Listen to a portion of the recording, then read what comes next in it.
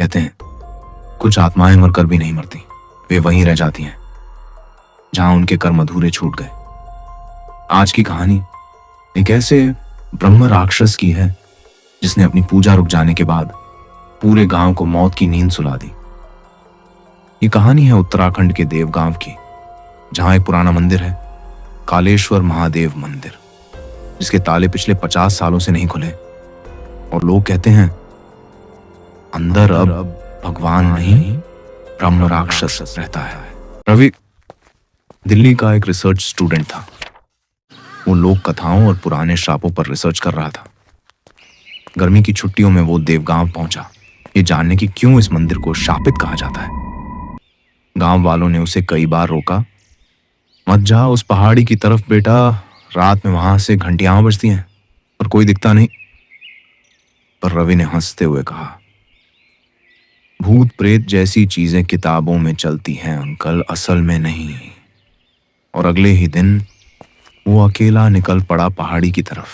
जैसे जैसे वो ऊंचाई पर चढ़ा, पेड़ों के बीच धुआं सा फैलने लगा, पक्षियों की आवाज बंद हो गई और हवा में धूप और मिट्टी की अजीब गंध भर गई। फिर उसे दिखा पत्थरों से बना वो पुराना मंदिर, जिसकी दीवारों पर काले निशान थे।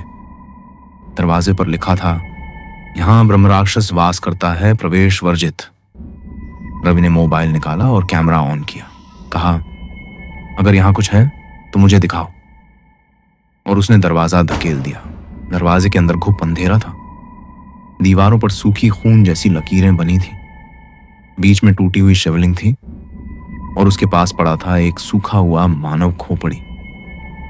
रवि कांप गया, मगर पीछे मुड़ने से पहले कानों में एक भारी आवाज गूंजी, क्यों तोड़ा तूने मेरा ध्यान। वो आवाज मंदिर के हर कोने से आ रही थी, मानो दीवारें बोल रही हों। रवि ने मोबाइल की फ्लैशलाइट घुमाई और अचानक दीवार पर एक साया हिला, लंबा पतला और आंखें अंगारों की तरह लाल। वो कुछ नहीं बोला, बस फर्श से उठी धूल ने खुद उसका चेहरा बना लिया।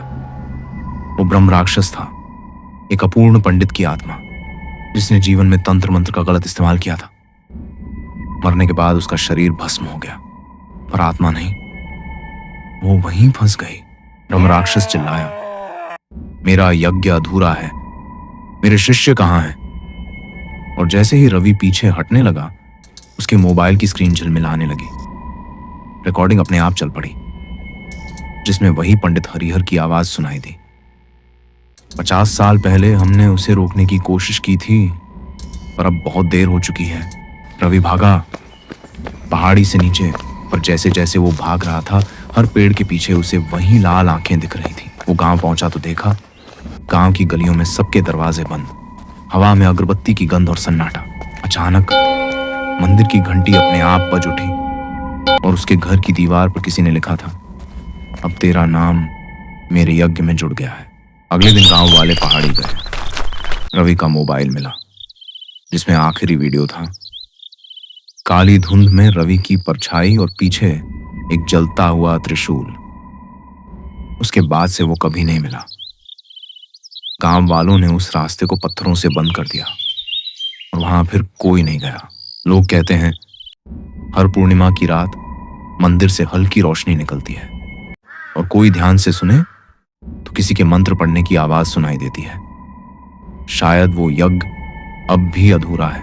कभी गलती से भी अधूरे देवस्थान को मत छूना। मैं हूं लोकानाथ और आप सुन रहे थे टून नाथ, जहां डर सिर्फ कहानी नहीं, हकीकत बन जाता है।